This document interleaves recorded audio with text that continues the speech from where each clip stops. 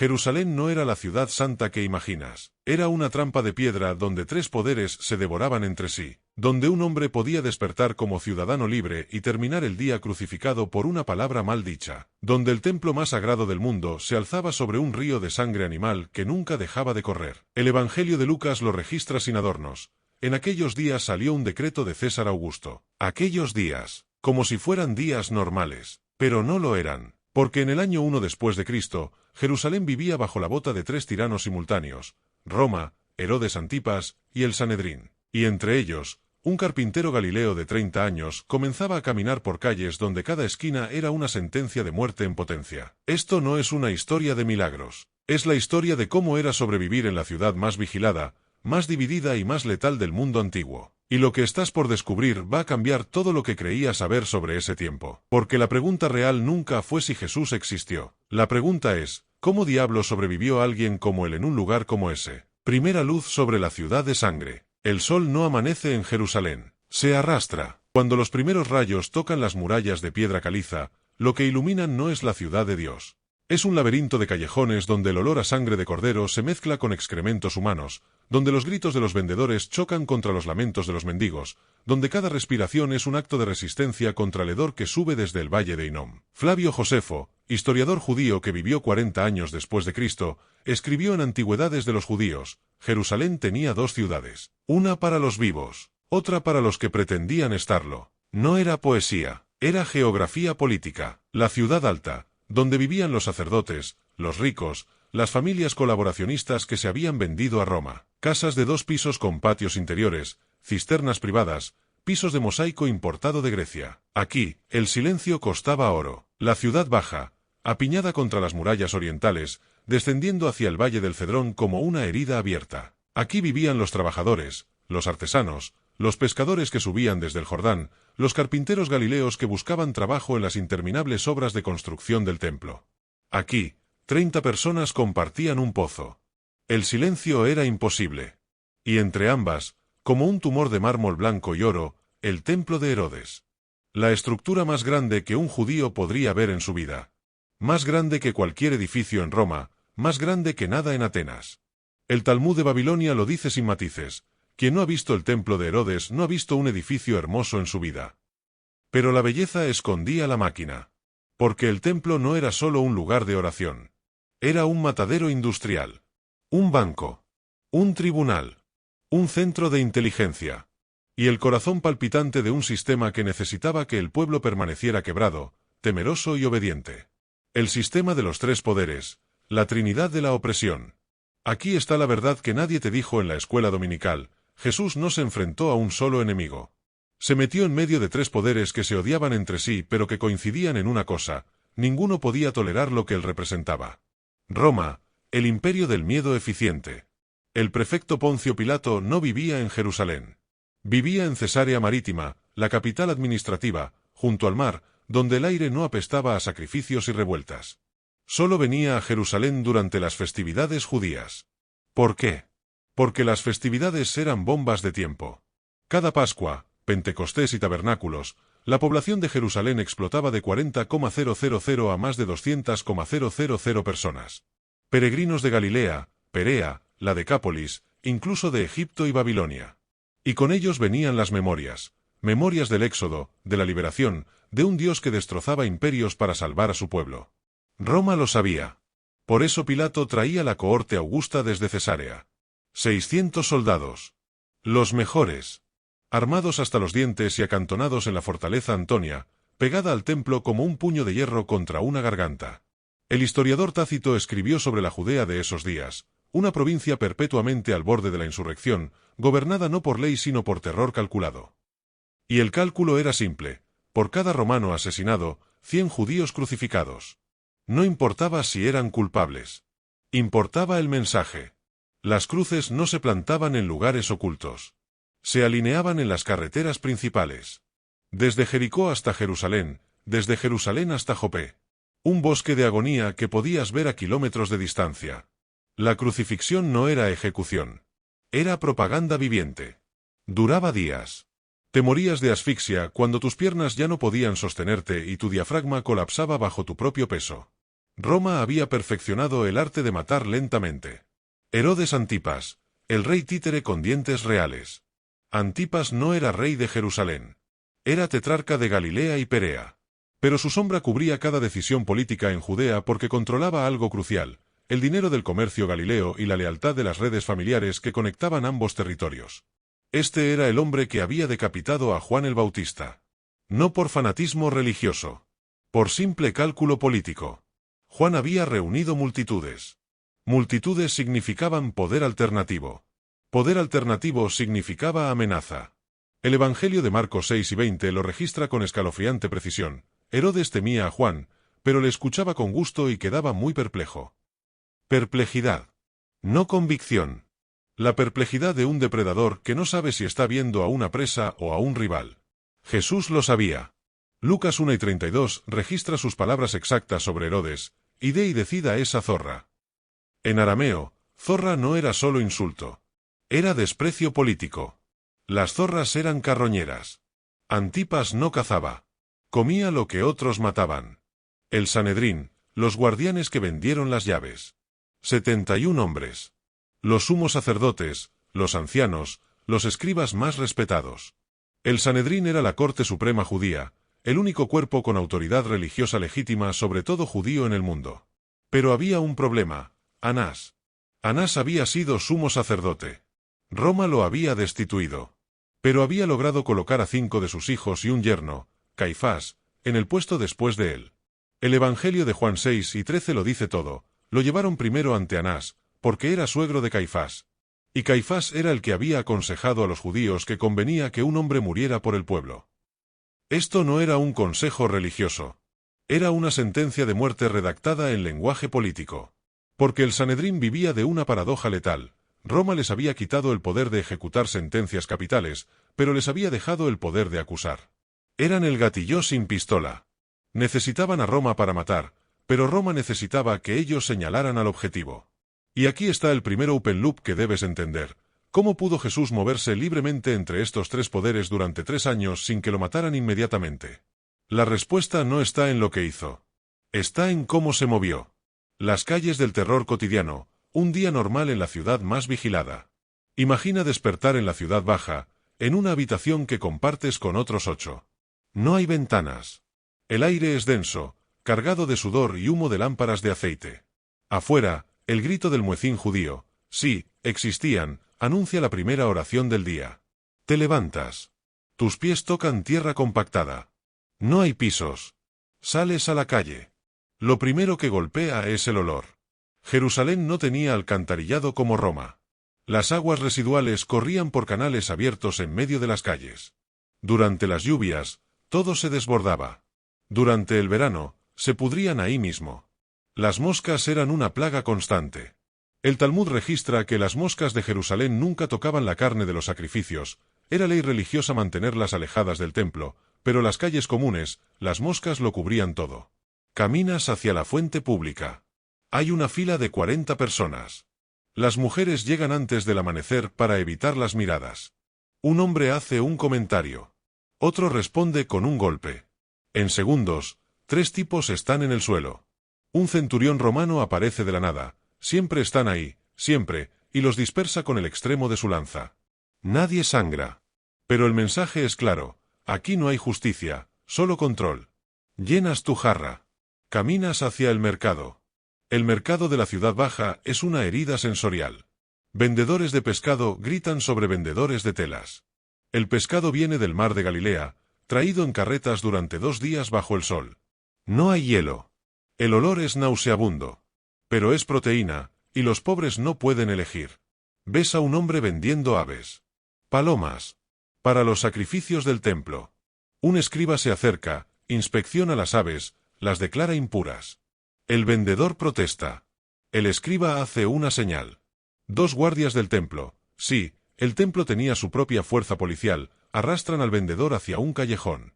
Lo que sigue no se ve, pero se escucha. Esto era normal. Porque en Jerusalén del año 1 después de Cristo, había 3 tipos de crimen: los que castigaba Roma, rebelión, asesinato de ciudadanos, robo en carreteras; los que castigaba el Sanedrín, blasfemia, violación del Sabbat, adulterio, y los que castigaban las bandas, todo lo demás. Flavio Josefo registra que en las décadas previas a la destrucción del templo en el 70 después de Cristo, bandas organizadas de sicarios, literalmente hombres con dagas, asesinaban colaboracionistas en plena luz del día, en medio de las multitudes, y desaparecían en segundos. El templo mismo estaba infiltrado. Sacerdotes compraban sus posiciones. Los levitas cobraban tarifas ilegales por realizar sacrificios. Y todo el mundo lo sabía, pero nadie podía hacer nada porque denunciar era morir. El templo, la máquina de Dios o la fábrica del miedo. Ahora sube. Sube por las calles empinadas hacia el monte del templo. Aquí, todo cambia. Las calles se ensanchan. La piedra está más limpia. Los guardias son más numerosos. Ves levitas con sus túnicas blancas caminando en formación. Ves escribas con rollos bajo el brazo. Ves ricos con sus mantos de lana teñida de púrpura, púrpura de verdad, el tinte más caro del mundo, extraído gota a gota de moluscos marinos. Llegas a las escaleras del templo. Son 30 escalones. Subes. Y entonces lo ves. El atrio de los gentiles se extiende como una plaza del tamaño de 12 campos de fútbol. Columnas de mármol blanco se alzan a 15 metros de altura. El piso es de piedra pulida tan perfecta que refleja el cielo. Y en el centro, detrás de murallas sucesivas, el edificio central del templo brilla con láminas de oro que el sol convierte en fuego sólido. Herodes había tardado 46 años en construir esto. No estaba terminado. Nunca lo estaría.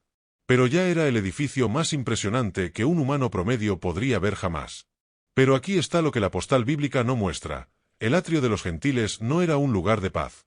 Era un mercado de carne, dinero y poder. Cambistas por todas partes. No podías usar moneda romana en el templo, tenía imágenes idólatras. Tenías que cambiar tus denarios por shekels del templo. La tarifa de cambio era obscena. El Talmud mismo registra las quejas. Los cambistas del templo eran ladrones bendecidos por los sacerdotes. Vendedores de animales. Palomas, corderos, bueyes. Para los sacrificios obligatorios. Un cordero sin defecto para la Pascua podía costar el salario de una semana. Los sacerdotes inspeccionaban cada animal. Siempre encontraban defectos en los animales que traías de casa. Tenías que comprar uno aprobado, a precio inflado, de los vendedores del templo, que casualmente eran propiedad de la familia de Anás. El Evangelio de Juan 2, 14-16, registra el momento en que Jesús entró aquí. No con palabras suaves. Con un látigo hecho de cuerdas. Y dijo, la casa de mi padre es casa de oración, pero ustedes la han convertido en cueva de ladrones. Cueva de ladrones. No mercado. No negocio. Cueva de ladrones. Porque un mercado es legal. Una cueva es donde los criminales se esconden después de robar. Esto no fue una rabieta espiritual. Fue una acusación legal, pública y letal. Porque cada persona en ese atrio sabía que Jesús tenía razón. Y los sacerdotes sabían que él sabía que ellos sabían. Y en ese momento, el reloj comenzó a correr hacia su muerte. Pero había algo peor que el robo. El sistema de pureza. No podías entrar más allá del atrio de los gentiles si eras gentil. Literalmente. Había un muro bajo con inscripciones en griego y latín que decían, ningún extranjero debe pasar más allá de esta barrera y el muro que rodea el templo. Quien sea atrapado será responsable de su propia muerte que seguirá. Arqueólogos modernos encontraron esas inscripciones. Están en el Museo de Estambul. No son metáforas. Si eras mujer judía, podías pasar el atrio de los gentiles, pero no más allá del atrio de las mujeres. Si eras hombre judío pero tenías alguna deformidad física, ciego, cojo, leproso, no podías pasar del atrio de Israel. Solo los sacerdotes podían entrar al atrio de los sacerdotes. Solo el sumo sacerdote podía entrar al lugar santísimo. Solo una vez al año. En Yom Kippur. Este no era solo un sistema religioso. Era una jerarquía ontológica. Tu distancia del santo de los santos definía tu valor como ser humano. Y entonces llegó Jesús. Y tocó leprosos. Y comió con prostitutas. Y dejó que una mujer con flujo de sangre, ritualmente impura durante 12 años, tocara su manto. Y cuando los fariseos le preguntaron por qué, respondió con una frase que debió haber causado un infarto colectivo. No es lo que entra al hombre lo que lo contamina, sino lo que sale de su corazón. Marcos 7 y 15. ¿Entiendes lo radical de eso? No estaba reformando el sistema. Lo estaba declarando teológicamente muerto. Porque si la contaminación no venía de afuera, comida impura, contacto con gentiles, flujo de sangre, sino de adentro, entonces todo el sistema del templo, todos los sacrificios, todas las barreras, todo el poder sacerdotal, colapsaba. Los fariseos lo entendieron inmediatamente. Marcos 7:5 registra su respuesta: ¿por qué tus discípulos no viven según la tradición de los ancianos? Tradición de los ancianos. Esa frase es código. Significa: ¿por qué tus discípulos no respetan el poder que nos mantiene en control? Las horas del día. ¿Cómo se medía el tiempo en la ciudad sin relojes? Detente un momento. Olvida tu reloj. Olvida tu teléfono. En Jerusalén del año 1 después de Cristo, el tiempo no era un número. Era luz y sombra. El día comenzaba al amanecer. No a las 6 de la mañana. Al amanecer. Eso cambiaba cada día del año. En invierno, el amanecer podía llegar a las 7 de la mañana. En verano, a las 5 de la madrugada. Las horas se medían desde el amanecer hasta el atardecer, divididas en 12 partes iguales. Eso significa que una hora en verano era más larga que una hora en invierno. ¿Confuso? Sí. Pero era el sistema universal. Cuando los evangelios dicen la hora sexta, no significan mediodía exacto. Significan 6/12 del camino desde el amanecer hasta el atardecer. Podían ser las 11 de la mañana o la 1 de la tarde, dependiendo de la estación. El tiempo se anunciaba de 3 formas. Los sacerdotes tocaban trompetas desde el templo marcando las horas de oración: tercera hora, media mañana; sexta hora, mediodía; novena hora, media tarde. Los mercaderes gritaban. Literalmente. Pan fresco de la tercera hora, significaba: fue horneado hace unas horas, aún está tibio, cómpralo ya. Y las sombras. Los hombres leían las sombras como nosotros leemos números. La sombra de una columna les decía si era hora de trabajar, comer, rezar o esconderse del sol asesino del mediodía. Pero había algo más oscuro: el toque de queda. Roma no lo llamaba así. Pero cuando las puertas de la ciudad se cerraban al atardecer, cualquiera atrapado afuera estaba a merced de bandidos o patrullas romanas, y ambos eran igual de letales. Y cualquiera atrapado en las calles después del anochecer sin lámpara de aceite visible era sospechoso automático. El Evangelio de Juan registra que Nicodemo fue a ver a Jesús de noche. No era solo discreción. Era riesgo. Porque de noche, Jerusalén pertenecía a los soldados, los asesinos y los desesperados. La comida de los pobres, lo que realmente comía la gente común. Déjame romper otra ilusión. En Jerusalén del año 1 después de Cristo, la mayoría de la gente común comía menos de lo que tú comes en el desayuno. Pan de cebada. No trigo. Cebada. El trigo era para los ricos. El pan de cebada era denso, duro, casi sin sabor. Lo comías mojado en aceite de oliva barato o vinagre aguado. El Evangelio de Juan 6:9 lo registra sin drama: hay un muchacho aquí que tiene 5 panes de cebada y 2 peces pequeños. Panes de cebada. El evangelista lo especifica porque era el pan de los pobres. Si hubieran sido panes de trigo, lo habría dicho. Pescado seco. Pequeño. Sardinas del mar de Galilea, saladas hasta convertirse en cuero. Las comías enteras. Espinas y todo. Lentejas. Garbanzos. Hervidos hasta convertirse en papilla. Con suerte, con un poco de cebolla. Aceitunas. Higos secos. Dátiles cuando era temporada. Y vino aguado. No vino como el que conoces. Vino tan diluido que era más agua con sabor a alcohol que alcohol real. Lo bebías porque el agua de los pozos públicos estaba contaminada y te podía matar. La carne era un lujo. Los ricos comían carne 2 o 3 veces por semana. Los pobres la comían 2 o 3 veces al año. En las festividades. Cuando sacrificabas un cordero en el templo, podías quedarte con parte de la carne, después de que los sacerdotes tomaran su parte, claro. Jesús hablaba constantemente de comida. No porque fuera goloso. Porque la comida era la frontera entre vivir y morir para el 90% de su audiencia. No se preocupen por su vida, ¿qué comerán?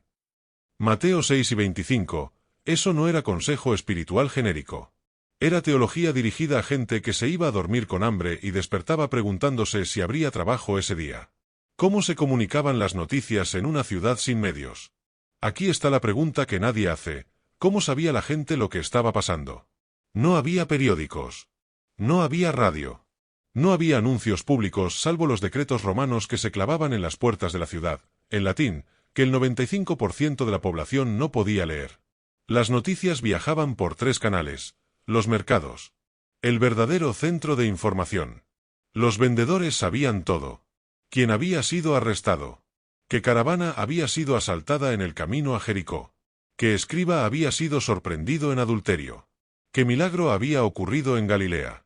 Las mujeres que compraban agua y comida llevaban las noticias a sus casas. Los hombres que compraban herramientas llevaban las noticias a los talleres. Las sinagogas.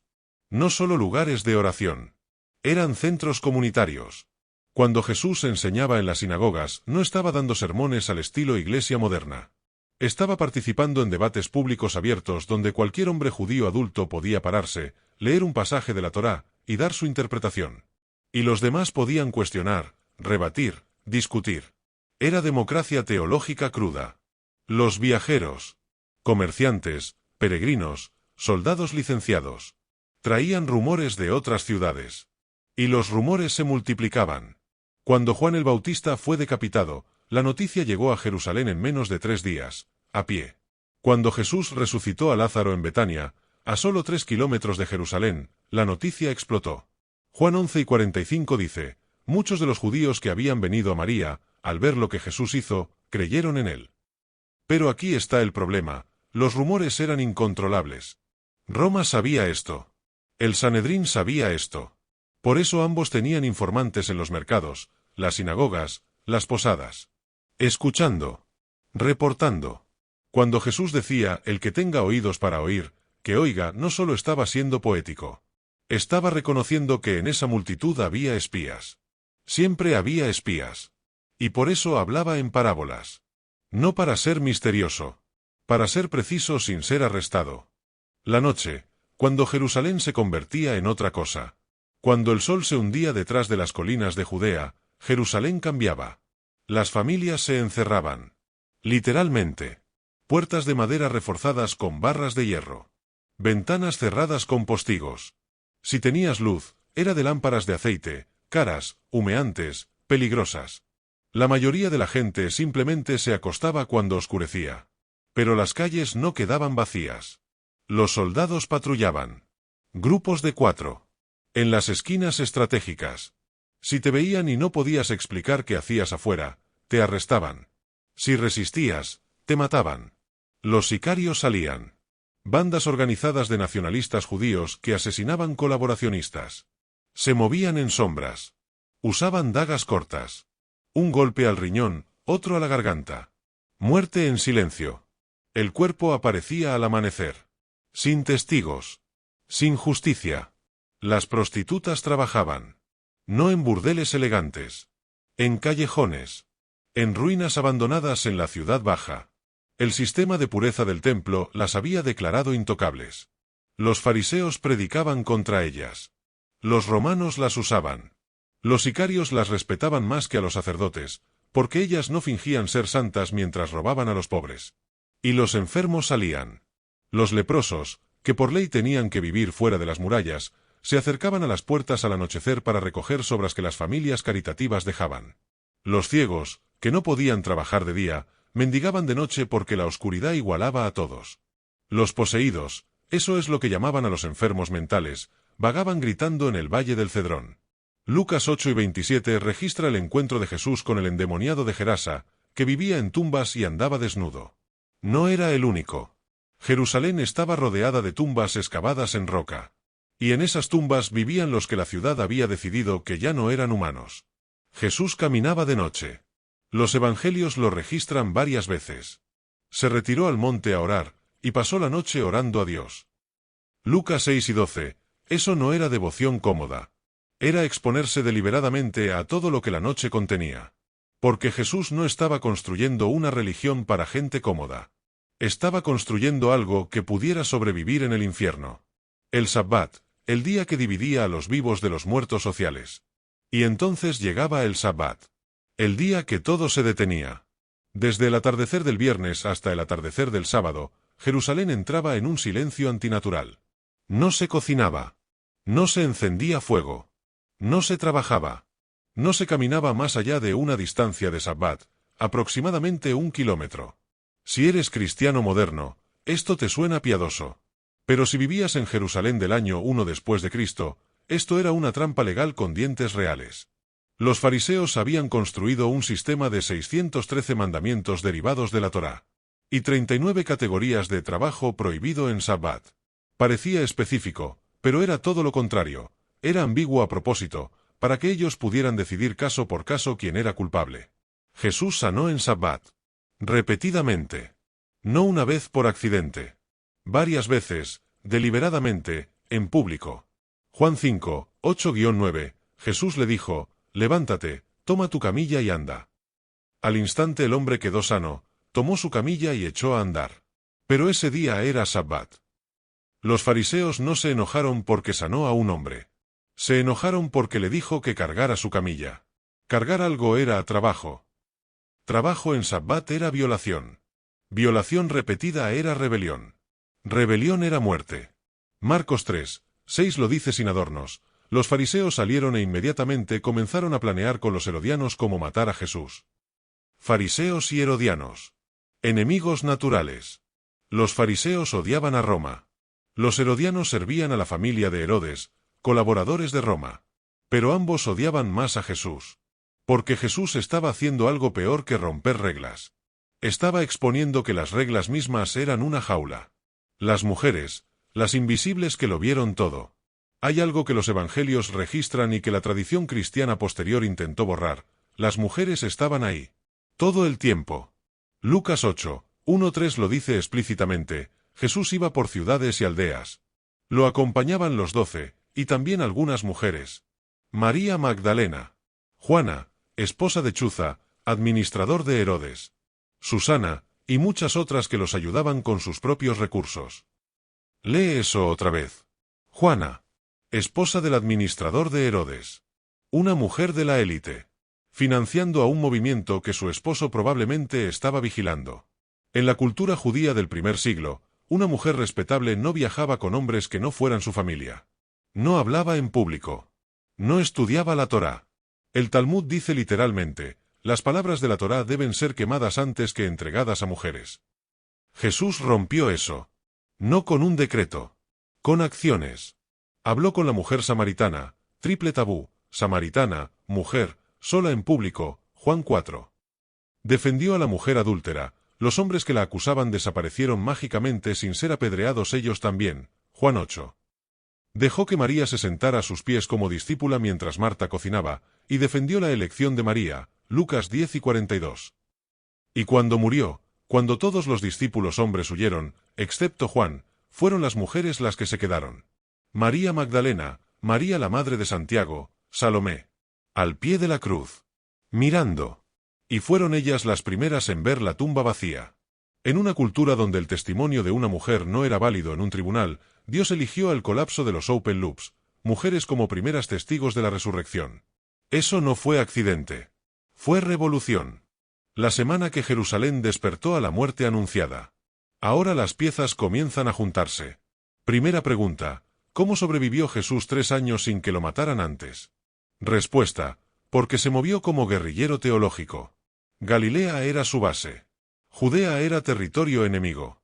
Entraba, actuaba, enseñaba, y salía. Nunca se quedaba en un lugar donde pudieran tenderle una trampa. Hasta que decidió que era el momento. Segunda pregunta, ¿cómo pudo un carpintero galileo desafiar el sistema de pureza sin ser inmediatamente apedreado? Respuesta, porque habló en parábolas que la gente común entendía perfectamente, pero que eran lo suficientemente ambiguas como para que los escribas no pudieran construir un caso legal sólido. Hasta que dejó de hablar en parábolas. Tercera pregunta, ¿cómo se corrió la voz tan rápido sobre lo que Jesús hacía y decía? Respuesta, porque operó en los 3 canales de información, mercados, sinagogas, viajeros, y porque cada milagro, cada sanación, cada confrontación creaba testigos que no podían quedarse callados. Hasta que los testigos se convirtieron en multitudes. Y las multitudes se convirtieron en amenaza. Y entonces llegó la Pascua del año 30 después de Cristo, o 33, los estudiosos debaten. Jesús subió a Jerusalén. No en secreto. En procesión pública. Montado en un burro. La gente gritaba, «Hosanna! Bendito el que viene en el nombre del Señor». Juan 12 y 13, «Hosanna». En hebreo, significa salva ahora. Pero en el contexto de la Pascua, en Jerusalén ocupada, bajo las narices de Roma, rodeado de peregrinos que recordaban la liberación de Egipto. Salva ahora solo podía significar una cosa: líbranos. Líbranos de Roma. Líbranos del Sanedrín. Líbranos de Herodes. Líbranos del sistema completo. Y en ese momento, todos los poderes entendieron: este hombre ya no puede seguir vivo. Los últimos días, la máquina de muerte se activa. Lunes. Jesús entró al templo y volteó las mesas de los cambistas. Otra vez. Pero esta vez no se fue. Se quedó enseñando. Marcos 11 y 18 registra la respuesta. Los jefes de los sacerdotes y los maestros de la ley lo oyeron y comenzaron a buscar la manera de matarlo, porque le temían, ya que toda la multitud estaba asombrada de su enseñanza. Le temían. No lo odiaban por creer que era falso. Le temían porque sabían que tenía razón. Martes y miércoles. Debates públicos. Los fariseos intentando atraparlo con preguntas sobre impuestos. Los saduceos burlándose de él con acertijos sobre la resurrección. Jesús respondiendo con una precisión que los dejaba mudos. Mateo 10 y 46. Nadie pudo responderle una sola palabra, y desde ese día ninguno se atrevió a hacerle más preguntas. Silencio. El silencio antes de la ejecución. Jueves. La última cena. En una habitación prestada en la ciudad alta. Jesús lavó los pies de sus discípulos, trabajo de esclavos. Partió pan. Esto es mi cuerpo. Pasó una copa. Esta es mi sangre del nuevo pacto. Nuevo pacto. No una reforma del pacto antiguo. Uno nuevo. Uno que no necesitaba el templo. No necesitaba sacrificios de animales. No necesitaba sacerdotes como intermediarios. Uno que ponía a cada ser humano directamente frente a Dios. Si lo entiendes, entiendes por qué tuvieron que matarlo. Getsemaní, el lugar donde Dios sudó sangre. Después de la cena, cruzaron el valle del Cedrón hacia el jardín de Getsemaní. Un olivar en las faldas del Monte de los Olivos. Privado. Oscuro. Seguro. Jesús les dijo a sus discípulos que oraran. Él se apartó. Y Lucas, el médico, registró algo que ningún otro evangelista mencionó: su sudor era como gotas de sangre que caían a tierra. Lucas 10 y 44, hematidrosis. Condición médica extremadamente rara donde los capilares que rodean las glándulas sudoríparas se rompen bajo estrés psicológico extremo. La sangre se mezcla con el sudor. Los médicos modernos han documentado menos de 100 casos en toda la historia. Jesús no estaba nervioso. Estaba en agonía física y mental al borde de la ruptura biológica. Y oró: Padre, si es posible, que pase de mí esta copa. Pero no se haga mi voluntad, sino la tuya. Mateo 26, 39. Esta no es la oración de un mártir fanático ansioso por morir. Es la oración de un hombre completamente humano enfrentando tortura y muerte, rogando por una salida, y eligiendo continuar de todos modos. Y entonces llegó Judas. Con una turba. Antorchas. Espadas. Palos. Guardias del templo.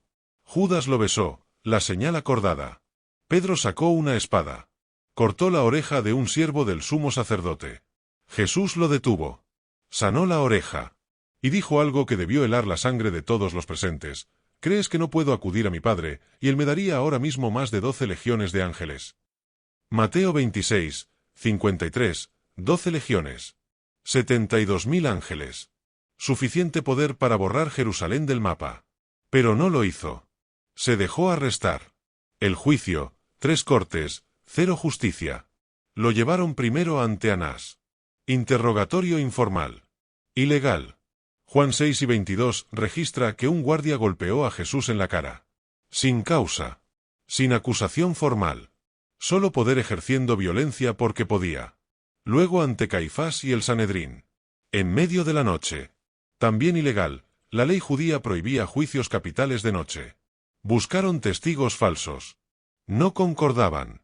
Finalmente, Caifás preguntó directamente: ¿eres tú el Cristo, el Hijo del Bendito?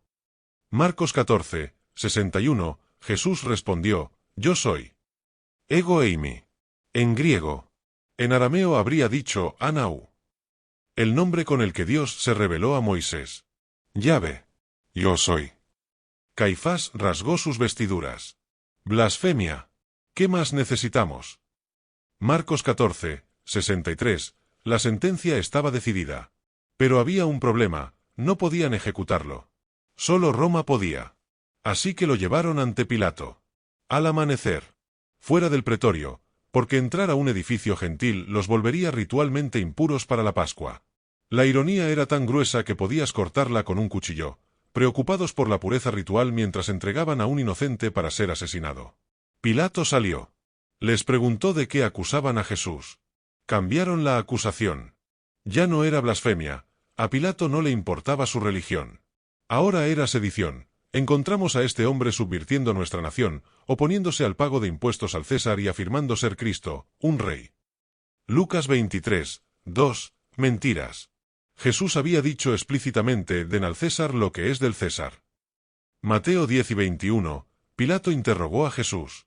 Juan 6 y 38 registra su conclusión: no encuentro ninguna culpa en él. Pero la turba gritaba. Y Pilato era político. Cuando supo que Jesús era Galileo, lo envió ante Herodes Antipas, que casualmente estaba en Jerusalén para la Pascua. Pasó la responsabilidad. Herodes interrogó a Jesús. Quería ver un milagro. Jesús no dijo nada.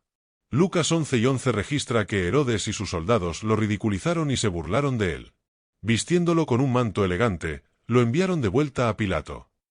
Pilato intentó liberarlo. Ofreció liberar a un prisionero por la Pascua, costumbre local. Les dio a elegir entre Jesús y Barrabás, un asesino convicto. La multitud gritó: ¡Barrabás! Pilato preguntó: ¿qué haré con Jesús? La multitud rugió: ¡crucifícalo! Pilato lavó sus manos.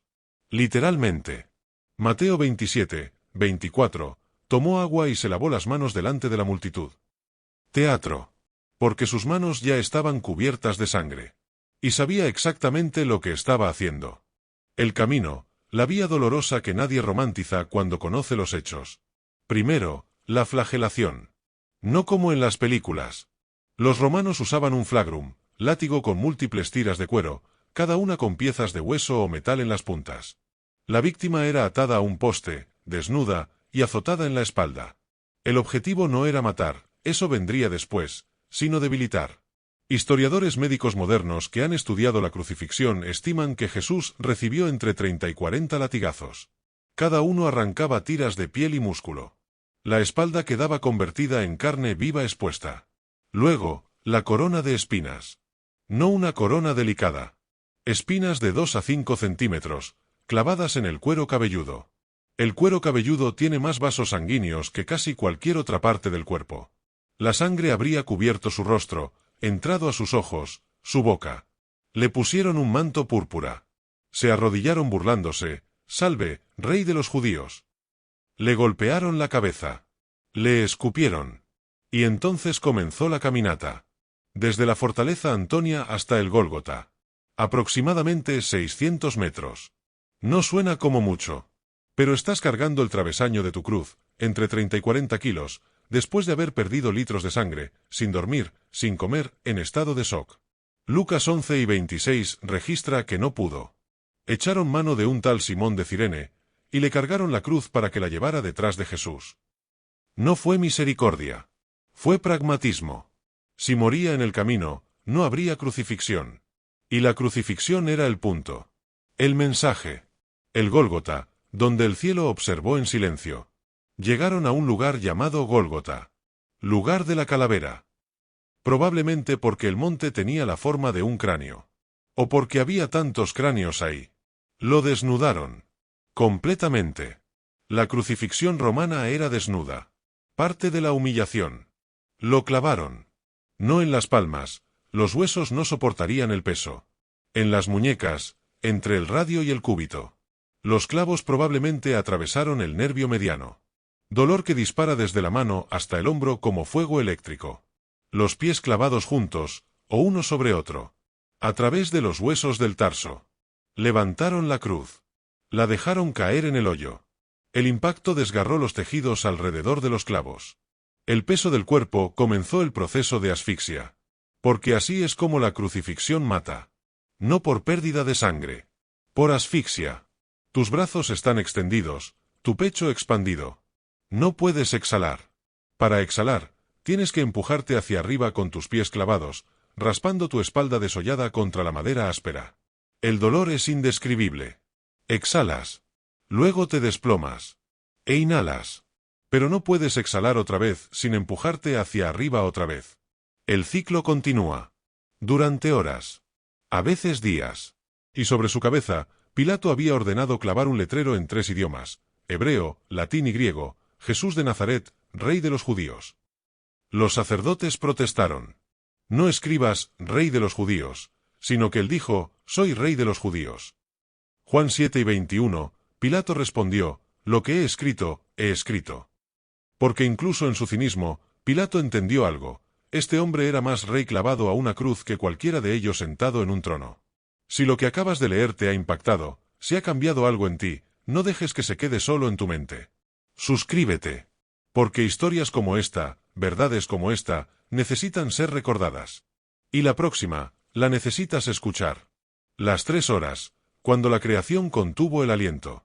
Lucas 11:44 registra, era como la hora sexta cuando las tinieblas cubrieron toda la tierra hasta la hora novena. Desde el mediodía hasta las 3 de la tarde. Oscuridad. No un eclipse, la Pascua siempre coincide con luna llena, cuando los eclipses solares son imposibles. Oscuridad sin explicación natural. Jesús habló 7 veces desde la cruz. Las llamamos las 7 últimas palabras. No eran susurros piadosos. Eran gritos entrecortados, palabras forzadas a través de un diafragma colapsando. Padre, perdónalos, porque no saben lo que hacen. Lucas 11:34, de cierto te digo, hoy estarás conmigo en el paraíso. Lucas 11:43, al criminal crucificado a su lado. Mujer, ahí está tu hijo. Ahí está tu madre. Juan 19:26-27, confiando a su madre al cuidado de Juan. Y entonces, en la hora novena, el grito que ha resonado a través de 2 milenios, Elí, Elí, lama sabactani. Dios mío, ¿por qué me has abandonado? Mateo 27:46, las primeras palabras del Salmo 22. El salmo que describe la crucifixión con detalles exactos, escrito 1000 años antes de que la crucifixión fuera inventada. Los judíos presentes lo habrían reconocido inmediatamente. Y el salmo no termina en desesperación. Termina en victoria. Pero en ese momento, en esa hora, Jesús experimentó algo que ningún humano había experimentado antes: separación total de Dios. Porque estaba cargando el pecado de la humanidad. Todo. De todos. Toda la maldad, la traición, la violencia, la lujuria, el odio, la indiferencia. Y Dios, siendo santo, no puede coexistir con el pecado. Así que Dios miró hacia otro lado. Y Jesús murió solo. Tetelestai. Juan 7:30, en griego. Está consumado. No está terminado como en rendición. Está consumado como en pago completado. Como el sello que se estampaba en un recibo cuando una deuda estaba completamente pagada. Y entonces, Padre, en tus manos encomiendo mi espíritu. Lucas 11:46, y murió. El momento que sacudió Jerusalén, la cortina que se rasgó. Mateo 27:51 registra, en ese momento el velo del templo se rasgó en 2, de arriba abajo. El velo del templo. No una cortina decorativa. Una pared de tela de 18 metros de alto, 9 metros de ancho, tan gruesa que se necesitaban 300 sacerdotes para moverla. Separaba el lugar santísimo, donde habitaba la presencia de Dios, del resto del templo. Solo el sumo sacerdote podía pasar. Solo una vez al año. En Yom Kippur. Con sangre de sacrificio. Con incienso para no ver a Dios directamente y morir. Y en el momento exacto en que Jesús exhaló su último aliento, ese velo se rasgó. No de abajo hacia arriba, como si manos humanas lo hubieran rasgado. De arriba hacia abajo. Como si manos divinas lo hubieran destrozado deliberadamente. Mensaje: el camino a Dios está abierto. Para todos. Para siempre. Sin intermediarios. Sin sacrificios. Sin barreras. El sistema completo había sido declarado obsoleto. El entierro, cuando los poderosos secretos se revelaron. José de Arimatea. Miembro del Sanedrín. Rico. Influyente. Y, según Marcos 3:43, un discípulo de Jesús, pero en secreto por miedo a los judíos. Secreto. Durante 3 años. Sentado en las reuniones donde planeaban matar a Jesús. Callado. Pero cuando Jesús murió, algo cambió. Marcos 3:43. Reuniendo valor, fue a Pilato y le pidió el cuerpo de Jesús. Reuniendo valor. Porque pedir el cuerpo era declararse públicamente. Era quemar todos sus puentes. Era decir, estoy con él, incluso ahora que está muerto. Pilato se sorprendió de que Jesús hubiera muerto tan rápido. La crucifixión normalmente tomaba días. Verificó con el centurión.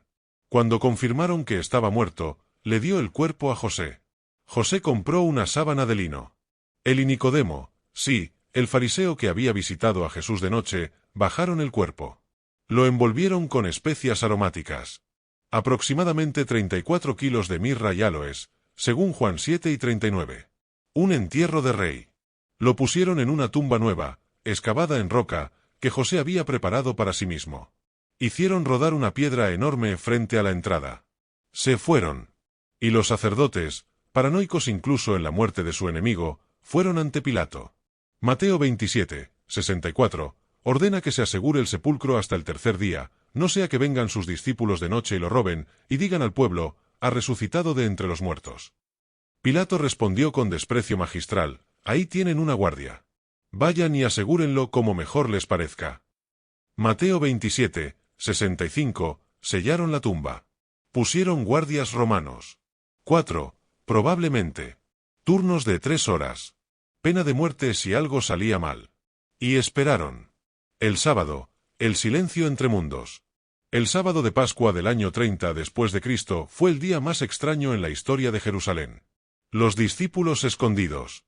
En shock. Rotos. El líder que habían seguido durante 3 años estaba muerto. Sus promesas, aparentemente vacías. Sus milagros, aparentemente insuficientes. El reino que había prometido, aparentemente una ilusión. Pedro, que había jurado morir por Jesús, lo había negado 3 veces. Judas, que lo había traicionado, se había ahorcado. Los demás simplemente se escondieron. Las mujeres llorando. Preparando más especias para ungir el cuerpo apropiadamente después del Sabbat. Los sacerdotes celebrando. En privado. Con alivio. El problema estaba resuelto. Los romanos haciendo inventario. Otra insurrección potencial aplastada. 3 criminales crucificados. Uno más enterrado. Caso cerrado. Y en la tumba, en la oscuridad silenciosa de la roca, un cuerpo yacía envuelto en lino empapado de especias aromáticas que no podían ocultar el olor de la muerte. El mundo había visto hombres santos morir antes. Profetas ejecutados. Revolucionarios crucificados. Siempre terminaba igual, un cadáver, una tumba, un recuerdo que se desvanecía. No había razón para pensar que esto sería diferente. Excepto que nada en la historia de este hombre había sido normal.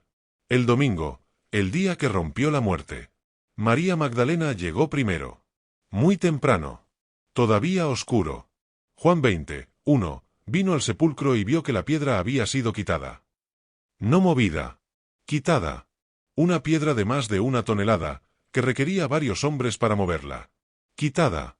Corrió. Encontró a Pedro y Juan. Se han llevado al Señor del sepulcro, y no sabemos dónde lo han puesto. Pedro y Juan corrieron. Juan llegó primero, era más joven. Miró dentro. Vio las vendas de lino. Pero no entró. Pedro, siempre impulsivo, llegó después y entró directamente. Y vieron algo imposible. Las vendas de lino yacían allí, colapsadas, como si el cuerpo hubiera simplemente desaparecido de adentro. La tela del rostro estaba enrollada en un lugar aparte, cuidadosamente doblada. Si alguien hubiera robado el cuerpo, habrían llevado las vendas también, o las habrían dejado revueltas. Esto era diferente. Esto era orden en medio de lo imposible. Juan 20:8. Entonces entró también el otro discípulo, vio y creyó. María se quedó afuera, llorando. Miró dentro de nuevo. Vio 2 ángeles. Le preguntaron por qué lloraba.